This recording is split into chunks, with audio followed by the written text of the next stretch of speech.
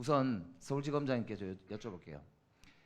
그 이재명 대표 관련해서 PPT 띄워주세요. 제가 알기로는 5건이 서울중앙지검에서 지금 수사를 하고 있고 2건이 수원지검에서 수사를 하고 있는 것으로 알고 있는데 현재 중앙지검의 검사가 저 5건에 총 몇 명 정도 투입된 거죠? 그 구체적 현황을 저희가 파악하고 있지 않지만 그럼 한 50여 명으로 보도됐는데 대충 맞을까요? 반패 1부, 2부, 3부 검사들 중에 주로 1부와 3부가 수사를 진행하고 있습니다. 대체로 20명 안쪽으로 지금 20명 안쪽이다. 그 나중에 자료를 좀 제출해 주실 수 있나요?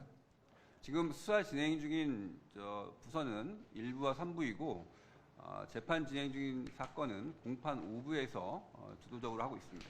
자, 이게 20여 명이라고 하셨지만 언론에는 한 50여 명 이야기가 나와요.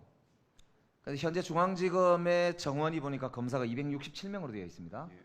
50명이면은 무려 20%에 해당하고요. 20여 명이 넘고 30명이 넘으면 10%가 넘어갑니다. 대한민국 서울중앙지검 검사가 한 명의 사건에 뭐 사건은 여러 개지만은 이렇게 10% 20%씩 투입돼 가지고 1년 반 가까이, 물론 조금씩 기간은 다르겠습니다만 이렇게 장기간 수사를 해 가지고 이렇게 빈털터리 수사 결과가 나와 가지고 국민적으로 비난을 초래하고 있는 것에 대해서 저는 굉장히 참담한 상황이라고 생각하거든요.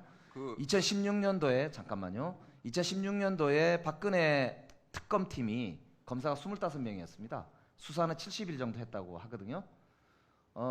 이 박근혜 특검 같은 경우는 국민적으로도 상당히 뭐 칭찬도 받은 사람도 있고 물론 여러 가지 뭐 이렇게 가슴 아프게 생각하시는 분도 많겠지만 어쨌든 성과가 있었다라고 국민들은 생각합니다.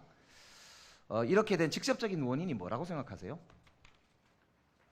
일단 그러니까 홍준표 시장은 무능하다 이렇게 지적하던데요. 검찰 수사에 대한 평가는 다른 의견도 많이 있습니다.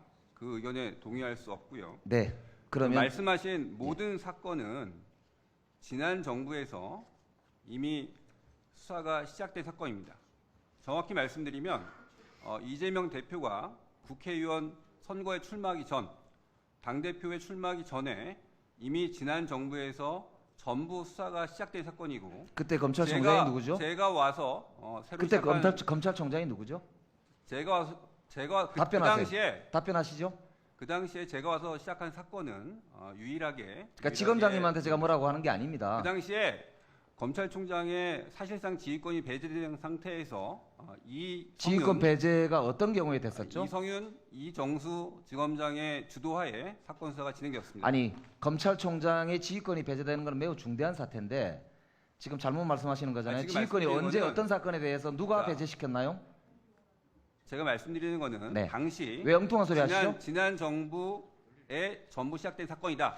아니, 그리고 당시에 그러니까 그 당시에 윤석열 검찰총장의 수사 지휘권이 배제된 게 누구에 의해서 어떤 사건에 대해서 됐나요? 아까 말씀하셨잖아요.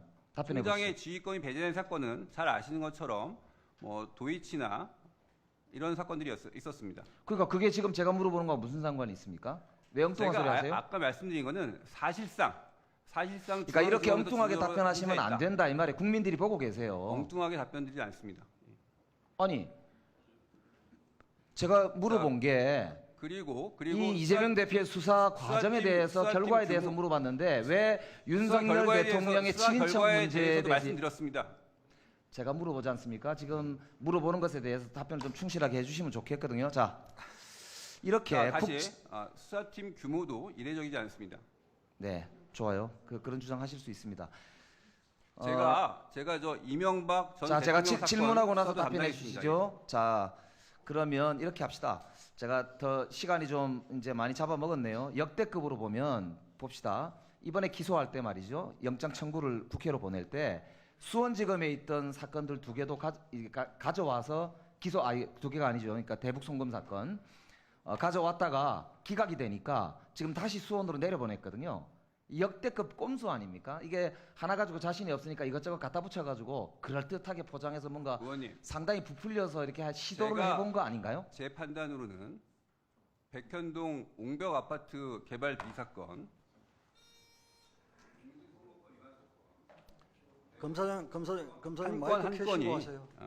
한 건 한 건 모두 중대 사안이고 구속 사안이라고 생각합니다. 그러면 그 세 건을 의원님 말씀처럼 건건이 별도로 구속영장을 청구했어야 합니까?